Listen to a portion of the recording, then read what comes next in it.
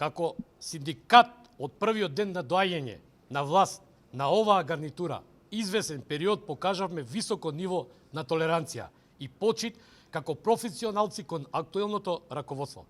Сметајки дека лекциите за примерно и законито однесување се научени и дека на вистина ќе се почувствуваат позитивните промени, од тоа ништо не се случи.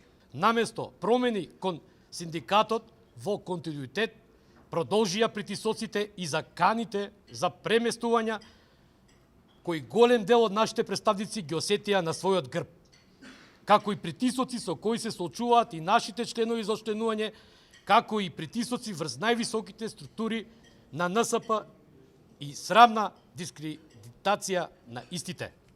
Се уште се водат неосновани постапки против наши представници со притисоци од страна на највисоките структури према независниот синдикат на полицијата кои понатаму продолжуваат. Притисоци за очленување на нашите членови не запираат. Замислете, поради синдикални активности за цел подобрување на работните права на вработените, нашите представници се соочија со невиден мобинг. Отпочнаа незаконити прераспоредувања, со кои се целеше внесување страв преку безмилосен напад на професионалниот интегритет, за што се демонстрираше мок и способност за конструкција и фингирање на лоши слики, ставајќи им етикети на професионалците кои ќе се спротивстават за незаконското работење. Но од страна на МВР беше даден одговор.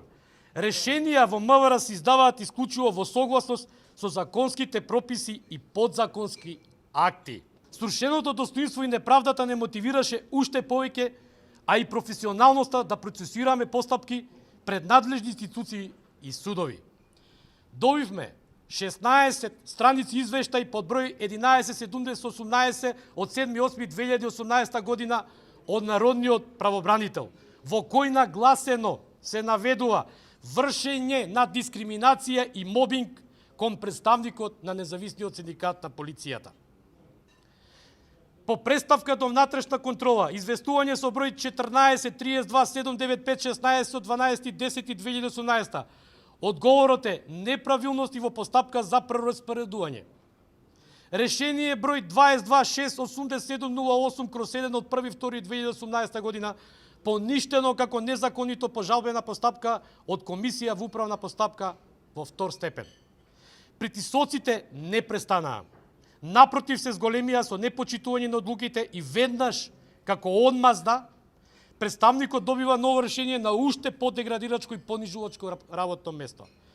Но се продолжува и понатаму од страна на МВР да изјавуваат: работиме според законските прописи и подзаконски акти.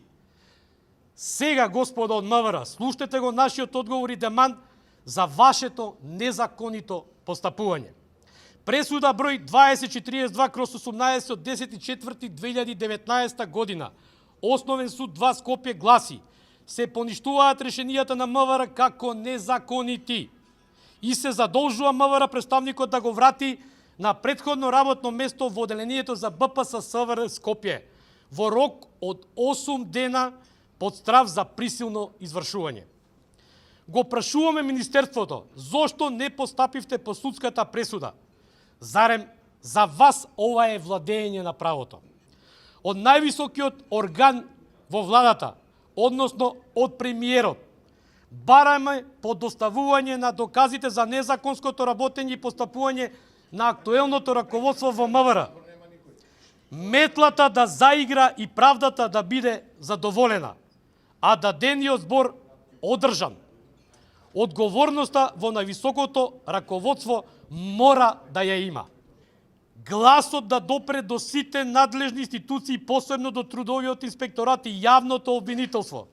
Спроведување ревизија и истрага за сите досегашни донесени решенија за прераспоредување и унапредување во МВР, донесени од страна на актуелното раководство. За докажаното незаконско постапување очекуваме одговор веднаш.